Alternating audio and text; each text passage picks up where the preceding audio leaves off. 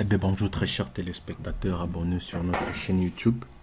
Le plaisir est pour moi de vous présenter cette session de formation dédiée à la précontrainte. Donc, je dois pouvoir vous montrer comment vous pouvez appliquer les systèmes de précontrainte des câbles sur un élément dalle, donc sur des éléments porteurs comme des dalles. Et je dois pouvoir vous montrer, et bien, comme je le disais tantôt pendant cette session, je dois pouvoir vous montrer comment vous pouvez appliquer les précontraintes sur les éléments dalle.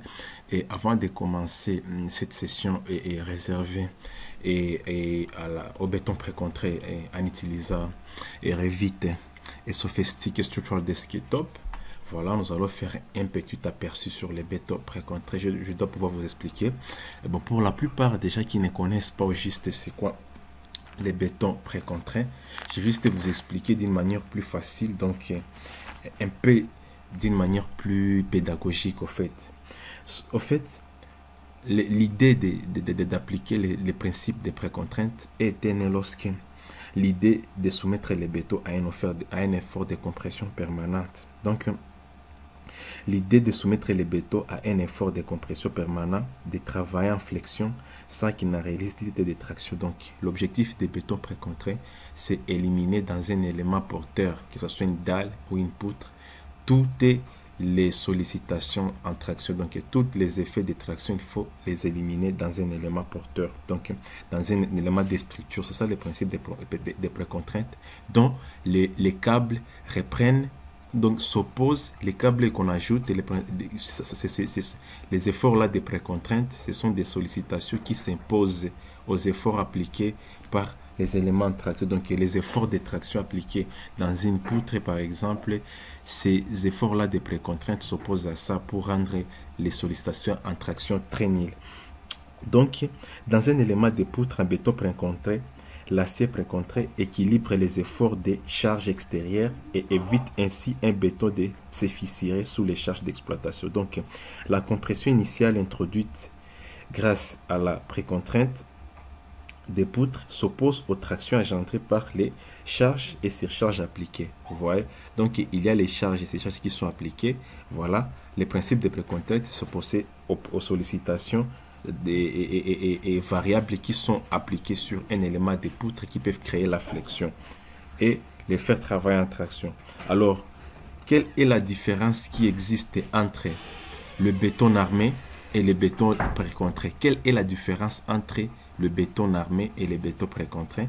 Tu vois, la différence qui est là est que par rapport au béton armé classique, les bétons précontrés comportent un ajout de câbles permettant de réaliser des structures beaucoup plus légères, donc de très grandes portées où les bétons armés seraient écroulés sous son propre poids. Donc on a passé au principe des précontraintes lorsqu'on voulait mettre des éléments pouvant travailler à compression à de longues portées. C'est la raison pour laquelle vous verrez que les principes des précontraintes, le système est beaucoup plus utilisé dans le domaine des ouvrages d'art, des grands bâtiments. Tu vas voir une poutre d'une hauteur, par exemple, de 1 mètre sur une portée, par exemple, de 15 à 18 mètres sans appui. Donc, c'est un peu ça. Donc, autre chose que vous devriez savoir, donc, nous allons un peu rentrer en notion de calcul des structures. Nous savons très bien, je prends cet exemple ici, je prends cet exemple-là. Voilà l'exemple qui est là. Nous savons très bien que lorsque un élément de structure, par exemple une poutre, il y a une charge qui lui est appliquée. Donc d'abord, lorsqu'il y a une charge qui lui est appliquée, premièrement, il peut fléchir sous son poids propre ou soit à une charge variable. Donc une poutre reposant sur des appuis soumise à l'effet de son propre poids est une charge d'exploitation, subit toujours des contraintes de flexion que vous voyez ici, qui se traduisent par une zone comprimée. Ça, c'est la zone comprimée et ça, c'est la zone tendue. Donc, la partie supérieure est comprimée, la partie inférieure est tendue. Donc, la partie comprimée en partie supérieure est tendue en partie inférieure, comme vous voyez là-bas. Alors, la poutre subit également des contraintes de cisaillement dues aux efforts tranchants qui se produisent vers les appuis, ici. C'est la raison pour laquelle on dit toujours qu'il faut armer ici beaucoup plus et donc n'est pas beaucoup plus espacé les armatures au niveau des appuis pour réduire les moments, les efforts tranchants qui peuvent créer des cisaillements au niveau des appuis. Ce qui occasionne les contraintes. Et ces contraintes-là occasionnent des fissures à 45 degrés que le béton ne peut pas reprendre seul. Alors, pour résoudre ces problèmes, par exemple, ça c'est le béton. Nous avons des solutions. Ça c'est la première solution. La première solution, c'est l'ajout d'une grande quantité d'armature capable de reprendre les efforts de traction dans le béton. Donc le principe du béton armé selon Eurocode ou BAEL 91 modifié 99 ou pratique du BAEL. La deuxième solution qui fait l'objet de notre sujet aujourd'hui est que l'application des efforts de compression axiale. Donc voilà les efforts de compression axiale. Donc on essaie un peu de mettre des câbles de précontrainte. Donc l'application d'un effort de compression axiale qui s'oppose aux contraintes de traction dues au chargement. C'est ça le principe des bétons précontraints. Donc il y a un effort axial qui s'oppose aux contraintes de flexion pendant les chargements. Alors, quand vous, sur ce modèle ici, c'est ce que nous appelons le principe des bétons précontraints. Donc voilà, là c'est la poutre, une poutre qui est sollicitée et par son poids propre d'abord et par une charge variable auquel on a appliqué des efforts de précontrainte. Voilà, ça c'est le premier diagramme qui montrait les effets de flexion. Vous allez voir la partie supérieure de la poutre ici. La partie supérieure de la poutre, elle est comprimée, comme vous voyez là-bas, et la partie inférieure de la poutre, elle est trop petite, donc il y a les effets, et elle est tendue. Donc ici, il y a les efforts de compression et les efforts de traction. Maintenant, lorsque on applique les principes de précontrainte, le principe de précontrainte, c'est limiter ou supprimer totalement les sollicitations de traction dans cette poutre par l'opposition de ces câbles qui ont été mis là-bas. C'est la raison pour laquelle tu vas voir ici l'effet de précontrainte. Lorsqu'on ajoute les effets de précontrainte, tu vas voir que la zone tendue ici, elle sera comprimée et la zone supérieure ici, elle sera un peu tendue en petite quantité. Mais à la fin du compte, comme l'objectif est de supprimer les efforts de traction dans un élément de structure, on parvient à avoir ce diagramme ici qu'on appelle un élément précontraint. Là où tu vas voir que toute la poutre est comprimée suite aux efforts axiaux, à un effort axial qui lui a été appliqué, qui s'oppose aux sollicitations en traction. Donc c'est un peu ça, comment fonctionnent les principes des précontraintes. Mais une autre chose que vous devez avoir, une précontrainte peut être très partielle ou peut-être totale. Mais aussi parmi les modes de précontrainte, nous avons les précontraintes par prétention et les contraintes par poste de tension. Quelle est la différence qui existe entre les contraintes par prétention et les contraintes par poste de tension? Premièrement, les systèmes de précontrainte par prétention, c'est dans ces procédés, les câbles des précontraintes sont tendus entre deux massifs solidement ancrés avant le coulage du béton.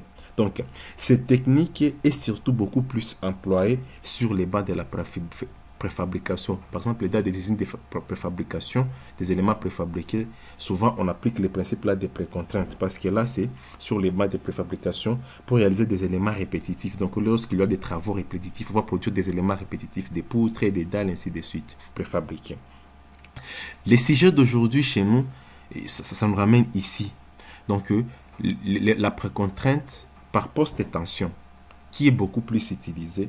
Dans ces procédés, il consiste à tendre les câbles de précontrainte après coulage et durcissement du béton et en prenant appui sur les pièces comprimées. Et cette technique est utilisée pour ouvrages importants et généralement mise en œuvre sur les chantiers.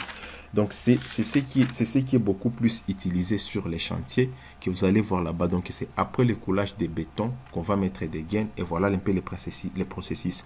Il y a le placement des gaines, le coulage du béton et les mises à tension des poutres précontraintes. Maintenant, l'objectif de notre session pour nous, c'est de vous montrer maintenant, par exemple, pour les éléments dalles, comment vous pouvez appliquer ces systèmes-là de précontraintes et ajouter des dalles, ces câbles-là de précontraintes et puis passer par l'analyse des structures. C'est ça l'objectif.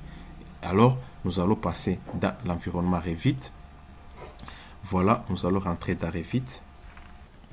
Maintenant, dans Revit, voilà les éléments que nous allons pouvoir utiliser. Et voilà maintenant, après, ici, ce que moi je vais faire. Voilà la poutre, donc la dalle que je vais utiliser. Voilà ce modèle analytique. C'est cette dalle ici qui est chargée avec une charge d'exploitation de 3 kN par mètre carré. Donc, il est articulé ici et là-bas. Il y a quelques relâchements à ce niveau ici d'appui. Si vous voyez très bien, donc, on a fait donc la partie, donc les déplacements, le côté X, donc les déplacements par rapport à X et Y, il est encastré et il est relâché ici par rapport, et aussi pour ce qui est des rotations autour de l'axe, il est relâché. Alors, qu'est-ce que moi je vais faire? Je vais aller là, je vais juste aller dans Level D, et dans Level D, maintenant, je vais ouvrir Sophistic Analysis and Design, et là-bas, je vais aller dans ce qu'on appelle les lignes fonctionnelles. Mais avant de lancer ces lignes fonctionnelles, je dois définir premièrement les paramètres des précontraintes ici. Voilà, je vais donner à mon projet, je dis post tension slab et slab design. Et puis par après, je vais choisir, ça va être une dalle en DD, une dalle précontrainte DD. Donc ça va être ça. Tu vois, quand je mets dalle DD, ici je vais mettre une dalle en précontrainte à DD. Tu vois là-bas. Et puis ça va être travailler comme ça. Ça va être en français. Et voilà. Les langues en anglais, conditions, les pré-traitements, ça va être tout ça. Je vais déjà expliquer tout ça. J'ai cliqué sur OK. Quand j'ai cliqué sur OK, tu vois ici sur les matériaux, il n'y a rien qui est défini. Comme il n'y a rien qui est défini sur mes matériaux, je peux aller là-bas. Je dois définir mes matériaux. Tu vois, par exemple, ça, je vais définir mon béton. Le béton, dans 28 jours, je vais attendre 25 mégapascales. Ça, c'est le numéro 1 de mes matériaux. J'ajoute OK. Deuxième chose que je vais ajouter, c'est maintenant, je vais aller sur les systèmes de précontraintes. Tu vois ici, il n'y a rien sur les systèmes de précontraintes et je vais aller là-bas. Maintenant, là, je vais définir par utilisateur. Je vais mettre precast, pre-stress, tendon, matériel. Et puis par après, le nombre de torrents. Le nombre de torrents dépend des normes. Parce qu'il y a plusieurs systèmes qu'on utilise pour les systèmes de précontraintes. Nous avons par exemple le système CCL pour le Royaume-Uni.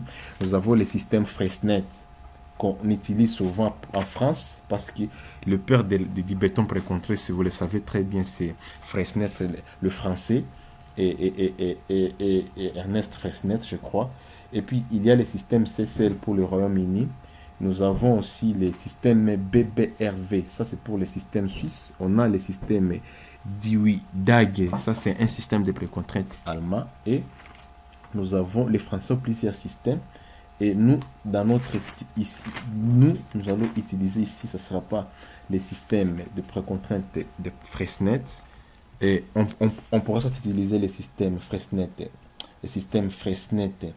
ou les systèmes BBRV.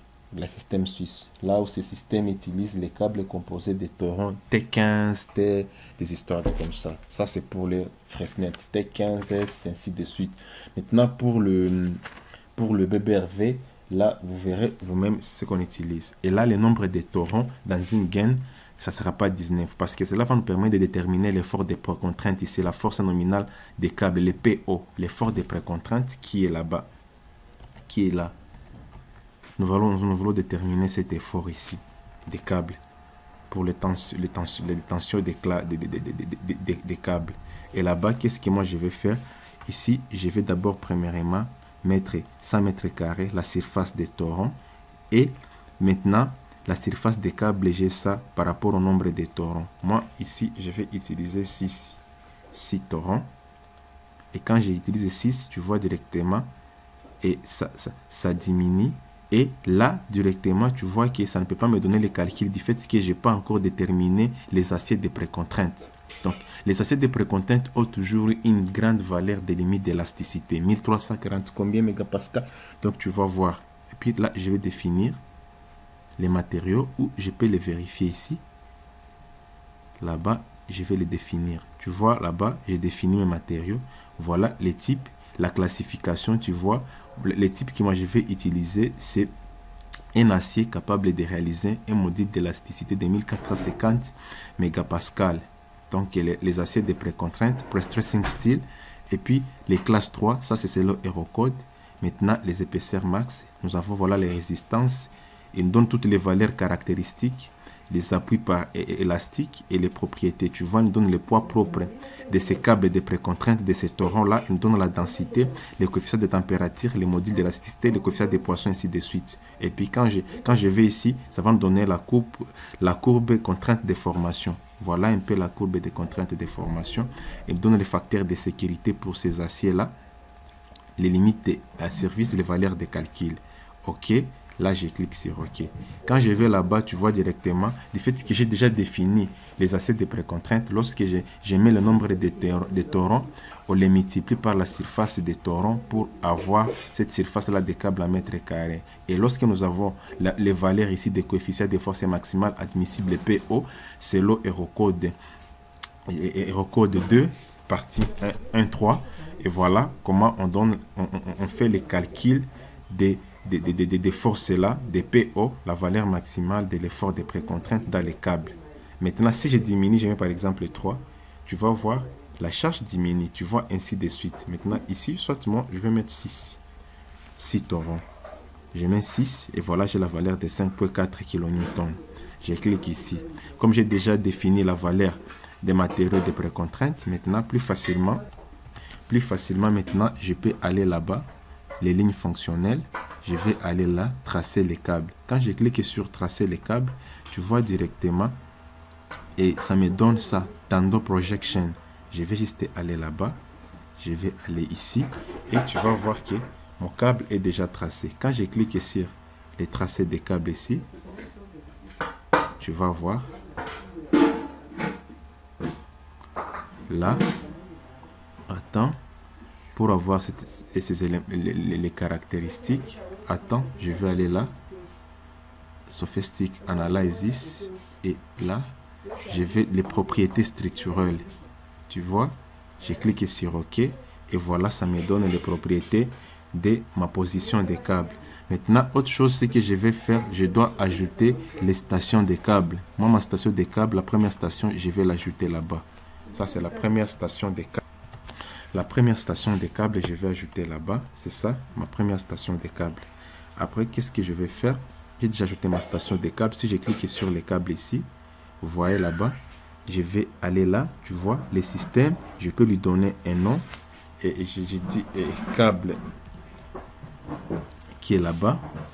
Et câble, par exemple, E6, et câble tendon. Je peux aller position des câbles ici. Ça peut être automatique ou personnalisé. Quand c'est automatique, je peux aller sur éditer. Vous voyez ce que ça me donne. Les débits de ma câble, le millien, point arrow et débit fin. Tu vois. Et quand je vais ici, tu vois distance face supérieure, distance face inférieure et longueur droite des aux poutres, donc longueur droite au point et largeur des transactions. Et voilà, si je change la position des câbles, je mets personnalisé, je peux modifier. Tu vois ici, j'ai la possibilité d'inclinaison libre, horizontale, tu vois, donc la câble va s'incliner librement par rapport aux charges qui lui est appliquées. Je clique sur OK, je rentre là-bas, je vais sur automatique et puis là-bas les étapes et procédures de mise en tension, c'est 11. Étape d'injection, j'ai pas mis l'étape d'injection. Mise en tension, direction principale du débit. Méthode, mise en tension. Contrainte selon les normes. Après avoir ajouté cette contrainte ici, je peux aller dans 3 dimensions. Et voilà notre câble de précontrainte qui est là. Comme notre câble de précontrainte qui est là, je l'ai déjà mis. Qu'est-ce que moi je vais faire? Je dois aller dans Sophistic Analysis and Design. Qu'est-ce que je vais faire? Je dois d'abord vérification analytique pour voir s'il y a des erreurs pendant la modélisation. On voit que Foundation Slab, merci de consulter les rapports de calcul, conditions d'appui, conditions tout. Je fais. Et puis par après, je dois voir mes matériaux. Tu vois que j'ai déjà expliqué ça. les matériaux d'Arrevit et leur correspondance dans Sofistic Analysis and Design. Ça, c'est pour les aciers d'armature et ça, c'est pour le béton. Et maintenant, on va revoir mon modèle. Il y a eu quelques erreurs de paramétrage encore. C'est beaucoup grand. Je dois aller là.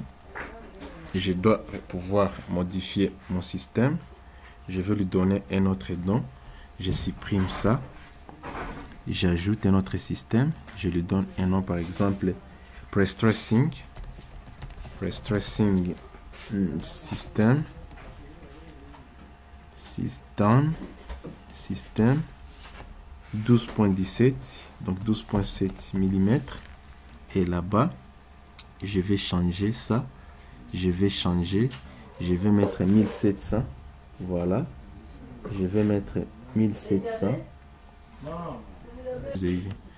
Et puis, par après, on définit ça. Après avoir défini ça, et j'ai classification et type, résistance, acier, ok. Et puis 5 YA, je vais mettre 100 ici. Et puis là-bas, je vais mettre 3. Je mets 3. Maintenant, comme j'ai 3 fois 100, ça me donne combien? Ça me donne une très grande valeur ici, 5800. Ça me donne pas cette valeur-là. Je dois pouvoir changer, par exemple, je mets ça, 5Y450A. Je dois changer là. Je dois mettre 1700 et notre 1700. Voilà, Y. Voilà, Y. Ça, je mets ça. Voilà, ça, je crois que ça va tenir. YCA. Et puis par après, le système de précontrainte, ça va rester. Ça me donne 394. Et comme charge qui lui est appliquée. OK. Et puis par après, j'ai cette valeur-là. J'ai cliqué sur OK. Maintenant, par après, on doit pouvoir encore une fois revoir la vérification. On va voir. Voilà, toujours quelques... Maintenant, après avoir fait la configuration, voilà ce que ça donne. Après avoir configuré tous ces éléments ici, après avoir configuré mon système de précontrainte, après avoir configuré les trois et j'ai cette valeur ici, j'ai revérifié, j'ai reconfiguré de nouveau, j'ai mis la classification pour ce qui est des limites d'élasticité 1770 mégapascal pour les aciers de précontrainte. Qu'est-ce que j'ai fait? J'enregistre ici, je revois mes éléments ici, ils sont nickel. Et puis je vais rentrer là-bas.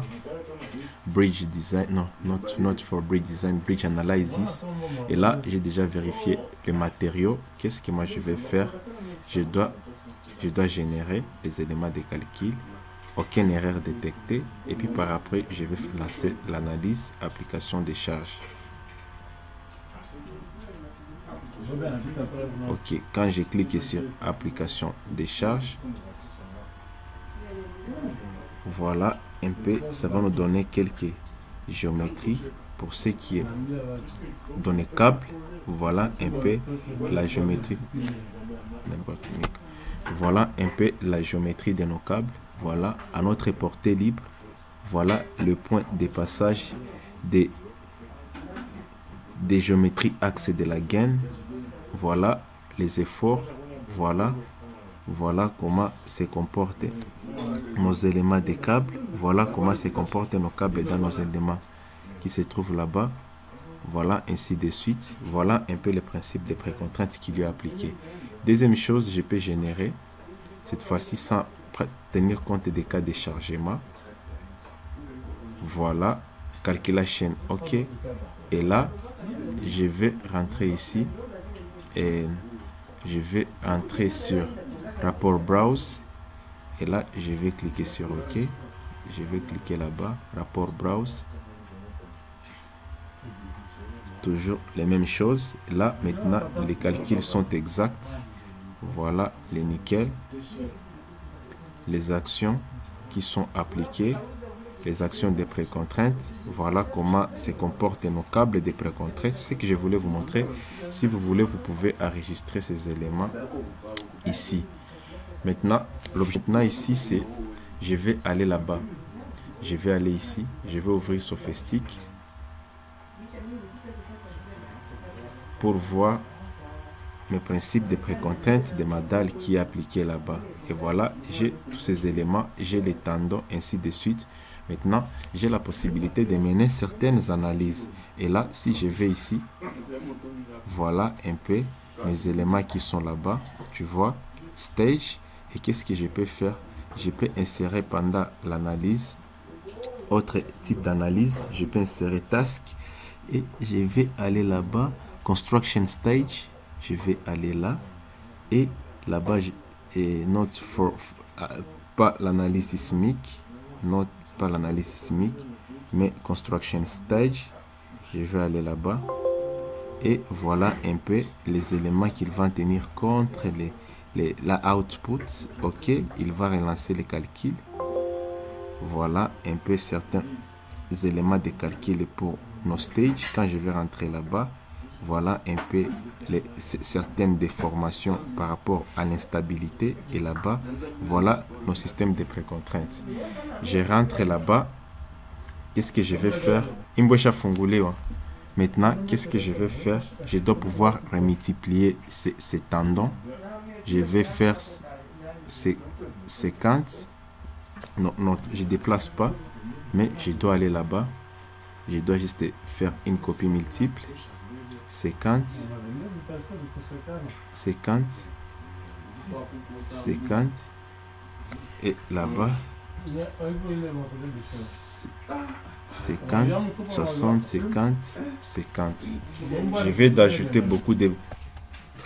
Maintenant, après ça, je vais d'ajouter d'autres câbles de précontraintes. Je vais aller en 3 dimensions. Ils sont là-bas. Je vais d'ajouter nos câbles un peu distancés. Qu'est-ce que je vais faire? Je dois rentrer à ce niveau ici. Qu'est-ce que je vais faire? Je dois encore une fois relancer l'analyse. Là, cette fois-ci, je vais tenir compte des charges. Ok, voilà.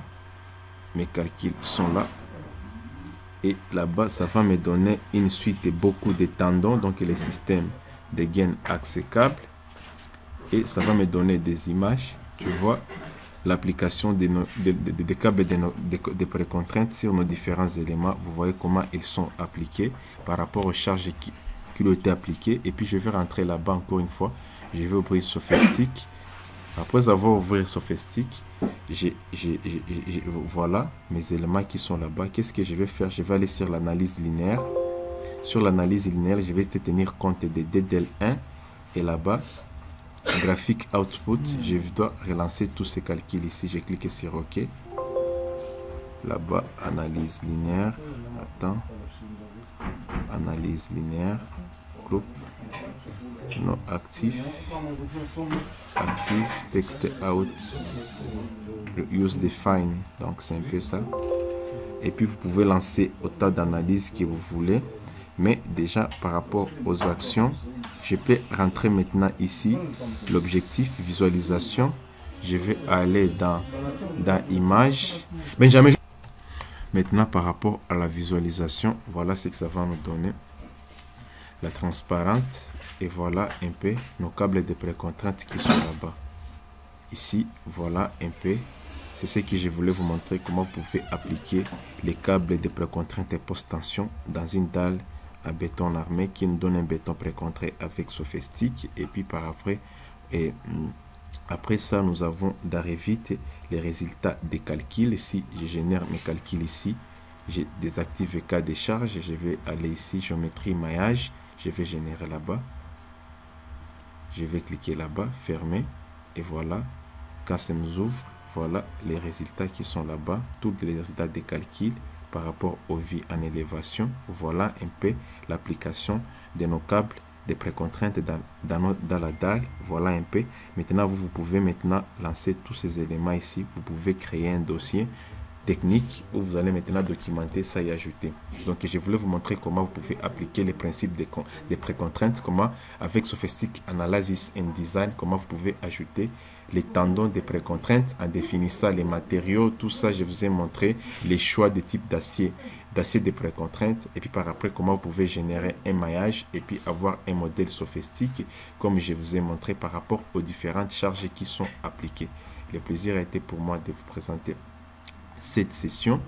Et on se retrouve prochainement à une autre session dédiée toujours au calcul des structures ou à notre session sur les solutions BIM dans le domaine de l'architecture, de l'ingénierie et de la construction.